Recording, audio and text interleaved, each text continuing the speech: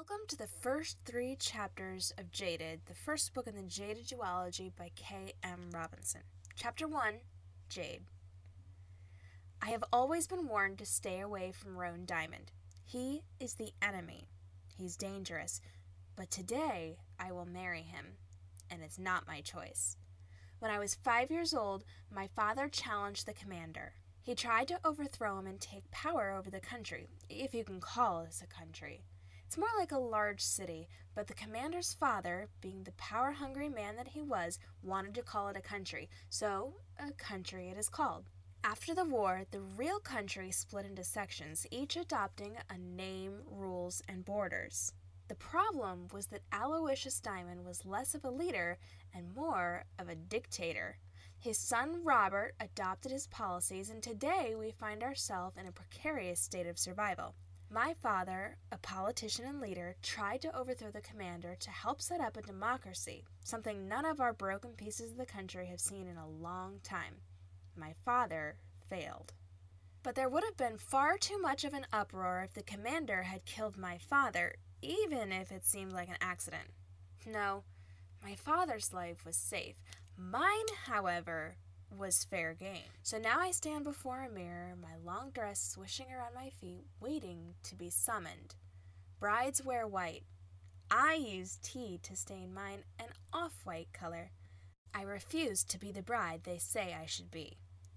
We all have to get married at some point, and usually we aren't given much of a choice as to whom it is we marry. I have no choice. Roan Diamond will be coming for me any moment. I answer the knock at the door to find not Roan, but my father. This may be the last time I see him. His face is washed with concern, and he's fighting back tears. "Jade," he says, enveloping me in his arms. "I'm so sorry, my baby girl." His voice is muffled against my swept-up hair. "I'll be all right, Daddy," I try to soothe him, hugging him tighter. "Remember what we talked about." I'm sure we're being monitored, so we can't speak freely. I've been preparing for this moment since the minute it was decided over 10 years ago. I know that the commander is going to try to hurt me. I know his son will be a part of it. I know my death will probably look like an accident, and I know it is my job to survive. My father cannot help me once I walk through those doors. I am prepared for the monster I am about to marry, for the prison I'm about to live in, and for the killer who will be known as my father-in-law. I will not go down without a fight. My father slips away, and I want to cling to him as if I'm 5 again. If only he hadn't been so motivated to protect everyone else, he could have protected me. A knock sounds almost immediately, and I rush back, thinking it must be my father returning. Instead, I look into the green eyes of the man who is stealing my life. My breath catches in my throat, and I force myself to hold his gaze for a moment. "You look very nice, Jade," Rona praises me. "Thank you," I say, casting my eyes down to prevent him from seeing my true feelings. I cannot bear to look at him. He offers me his hand and turns slightly to lead me away. I hesitate and can't keep the look of disgust off my face. I know he notices it, but he doesn't flinch. I reach out and take his open hand, and he leads me toward my sentencing.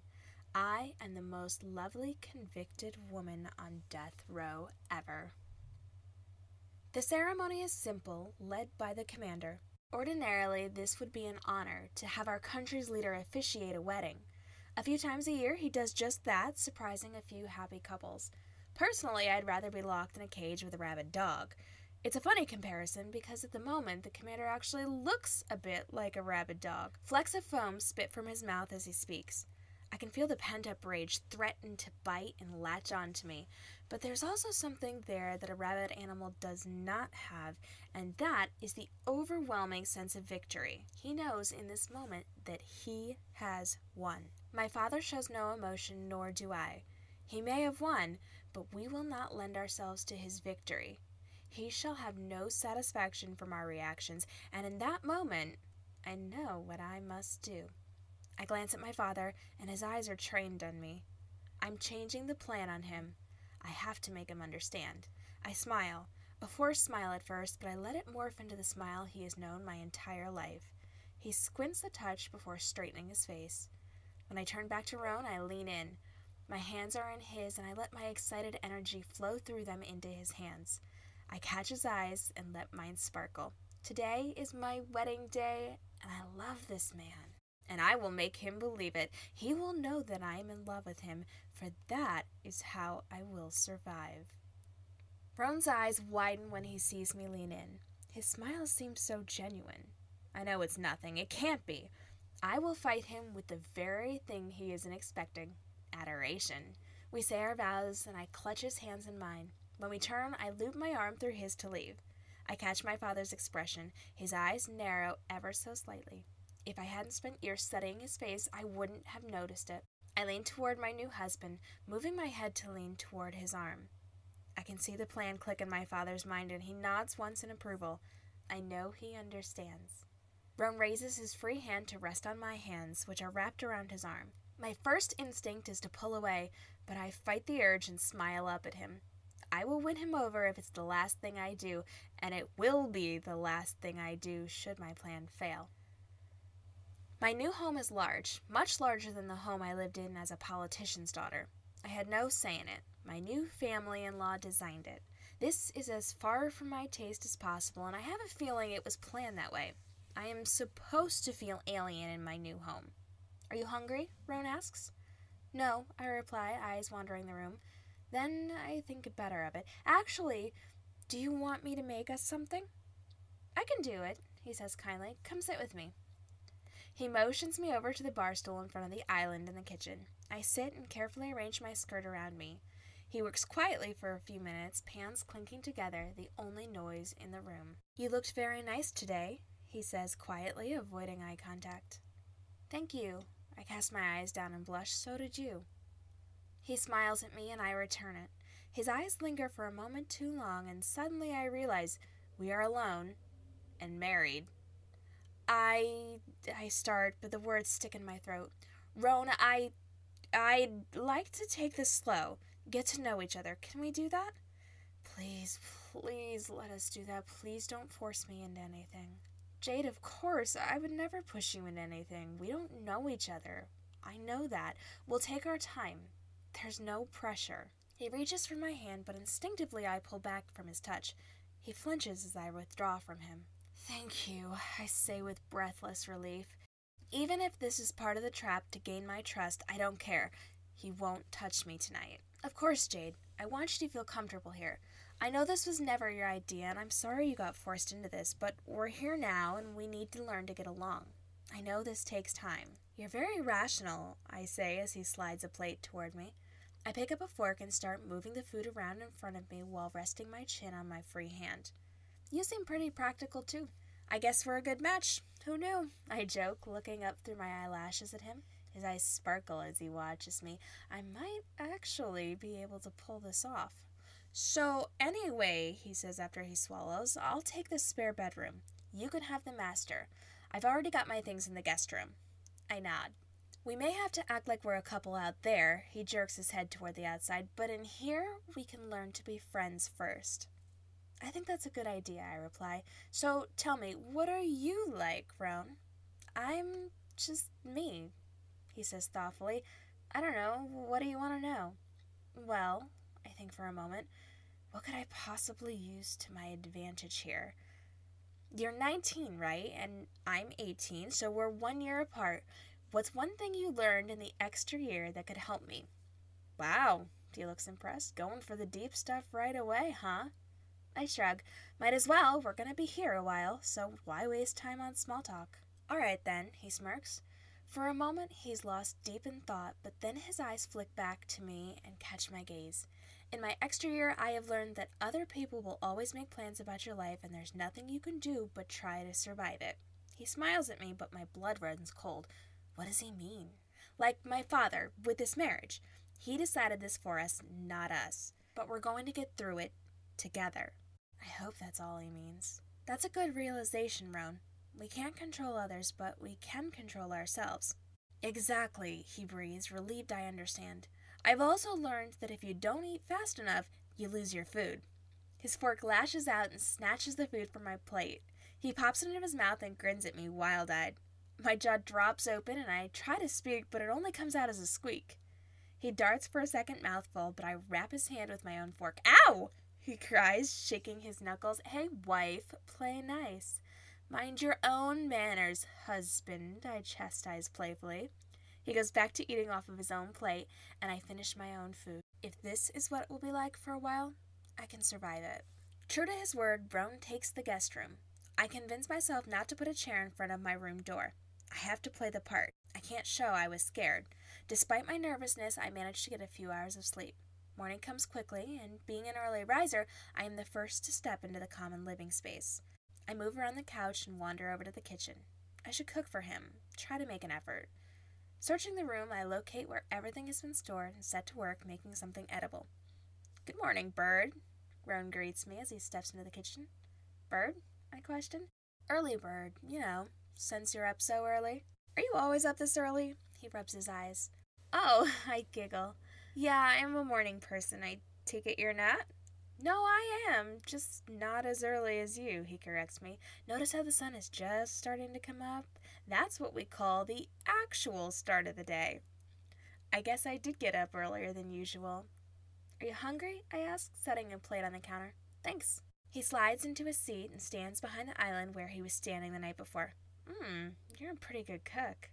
Thanks, my dad taught me. Thinking of him causes my rib cage to tighten around me. You miss him? Roan drops his voice and looks down, focusing on his plate. Yeah, I know it's silly. It's only been a day. But that day changed our entire lives. I get it, Jade. He looks back up at me. I know everything is complicated, but we'll figure it out. I nod. So, what are we doing today? He asks. The command gives all newlyweds a week off from work after their wedding days as sort of a honeymoon. Some take the time to get to know their new spouse. Others take the time to really get to know them. I don't know. I'm not used to not working. I've never really had a lot of free time. The command expects all people to begin work at age 16. We are given 3 months to find a job, or one is assigned to us. That's not something you ever want. So, I found a job. I was willing to take anything, but as it turns out, I was offered my pick of several. Many people who were quietly sympathetic to my father's actions quickly stepped in to offer me placement. In public, I was treated like any employee, but in private, I was provided with special care. We made it look like I had done all the work to get the job and had convinced them to hire me so they wouldn't be targeted. I would have felt terrible if Mr. Arrow had been hurt because of me. Mr. Arrow's shop had been in the middle of my town. It was an eclectic shop full of pawned items and tinkered trinkets. When something broke, the people would bring it to him to fix. He would often trade his services for those who could not afford his help. It was in his shop that I learned many of my skills which I could not learn publicly with my father. Do you have any plans for today? I ask. He gives me the strangest look. Well, I think we need to stay together, Jade. We did just get married. We can't exactly go wandering off on our own. Oh, good point. And it is. Maybe we could rearrange the furniture, I suggest. Not exactly your style, huh? Not really. I give him a half smile and shrug. Yeah, that's fine. We can start after breakfast. Okay, great. At least we're cooperating. We spend the next hour changing the room. I almost laughed to myself when I finally decide I have the room set up in a way that I'm positive his parents will hate. Happy? He asks, hands playfully resting on his hips. Yes, this is better. I give him a smile. So now what? Roan asks, walking toward me. Now, I think I should unpack. I step toward my room. Your parents may have had you already moved in, but I just got here, remember? I only brought what I needed. If I need anything else, I can send for it. And besides, I had a few trunks brought over yesterday while we were at this ceremony. All right, I guess I'll take a rest then. He lies down on the couch and kicks his feet up over the armrest. Placing one hand on his stomach and the other resting on his forehead, he closes his eyes for a nap. I could do it right now. Kill him and escape. But, of course, I can't. The elusive safety of my room beckons me, and I gladly slip away to hide. Chapter 2. Jade. The outside of my new home is lush with greenery. There are plants and flowers everywhere. The garden must have been another part of the plan, since I'm allergic to flowers. There is a hammock in the backyard, a high fence blocking it from view of the neighbors. We even have a few trees, including an apple tree that just might be the only thing I like about the house. The steps off the back porch were recently reconstructed, the wood brand new. Checking over my shoulder to make sure I'm alone, I inspect every inch of the yard, hoping I'm not being too obvious. I'll need to know every inch of the place if I'm going to survive. Want some lemonade? Roan asks as he walks down the step, holding 2 big glasses. I hold in my gasp as I turn to him. I was so focused that I had nearly forgotten to listen and only heard his approach a few seconds before he stepped outside. I had just enough time to make it look like I was watering the flowers on the far side of the steps. Sure, thanks, I say, setting down the watering can and reaching for the glass. Did you have a nice nap? Did you have a nice time watering the plants? He counters. Not especially. Flowers and I don't exactly get along. I scrunch up my nose and shake my head. Then why water them? Your parents were so kind to give us such a lovely home. I didn't want to let the flowers die. I really want to make a good impression on your parents, and I have a feeling killing their plants might offend them. You care about impressions? Honestly, I don't really care what your parents think of me. I do care what you think of me, and I know you respect their opinion. Therefore, make them happy, make you happy, and my plan is a success. I'm impressed. Most people wouldn't think of that. Well, like we keep saying, we're married now. We have to make the effort to make this work. If that means suffering through allergies, I'll do it. Well, I don't want you dying on me now, so how about I'll handle the yard work and you handle a few things inside that I'd rather pass on? Deal, I say, a bit surprised. This guy's good. Loving husband, caring friend. He really knows how to play a girl. If I didn't know better, I'd fall for it. I think tomorrow I might go to town, make sure my job is still available for me. You're going back? You don't expect me to sit around all day, do you? No, I just didn't think you'd be going back to where you worked before. I like it there. I know, I say thoughtfully. Maybe tomorrow we can go for a walk and show each other important places from our childhood. I wait for him to smile back at me. When he catches my gaze, he does, agreeing with a slight nod. Yeah, that might be nice. Great, then it's a plan, I say, finalizing the details. And speaking of plans, my parents invited us for lunch tomorrow. Maybe we can go on our walk after that so it doesn't get cut short. I'm a bit taken aback by the invitation. I hadn't expected to see the commander again so soon. Sure, I try to smile, but I know it must look as forced as it feels. Oh, come on now, Jay, they aren't that scary, Roan laughs. You'll like them once you get to know them. He pauses a moment before adding, They won't bite, promise. Something flickers in his eyes, and I know in that moment I can't trust this man. I'm sure they're wonderful. Meeting the in-laws can just be a little intimidating. Think of how you would feel if you had to face my dad less than 72 hours after marrying his little girl. I guess I can see your point. His smile doesn't quite reach his eyes. Maybe it would be easier to read him than I thought. Suddenly his whole face brightens and he stands to his feet, stretching his hand down to help me up. On second thought, if he can flip switches that quickly, maybe I will have trouble reading him. What are we doing? I ask, standing next to him. I watch him walk inside. When he doesn't answer, I follow. Once inside the house, it takes a minute for my eyes to adjust to the difference in light. Just as the world is coming back into focus, something pointy hits me in the stomach. For a moment, I panic, thinking I let my guard down and he struck. I clutch at the object and force myself to hold back a sigh of relief as I realize he had thrown a notebook at me. Clearly, you have some trouble catching, he laughs. Think you can handle this? Roan waves a pen in the air. He tosses it to me, and I make a show of batting it into the air a few times before finally catching it. There's no need for him to know my skills of catching and blocking oncoming objects. Graceful, I see, he comments. Let's see you catch it, I say, throwing it back at him. Effortlessly, his hand flies out and catches it. He grins victoriously and saunters over to me. With a flick of his wrist, he holds the pen out to me. As I reach for it, he pulls it back just out of reach. Just keeping you on your toes, wife, he grins. Thank you, I attempt to say graciously. I refuse to take the bait. So just what exactly are we writing down? A list. He crosses over to the table and takes a seat. Places to take each other tomorrow. We can compare and make a game plan for the day. Oh, I say, a little surprised. That's actually a good idea. I have been known to have a few of those. He smirks again, peeking up from where he's already bent over his paper, scribbling away. If he weren't so deadly, I could actually see myself being friends with this guy. Chapter 3. Roan. I keep a close eye on her as we're making our lists. She has no idea that our little adventure tomorrow serves more than one purpose. I think she's starting to trust me, which is good. It will make all of this a lot easier. I've been training for this most of my life, but it doesn't mean I like the idea of hurting her any more than I did when my father first told me about it. Still, her father needs to pay for what he has done. James Giroux took far too many lives to be let off the hook, and if I must be the one to hold him accountable, so be it.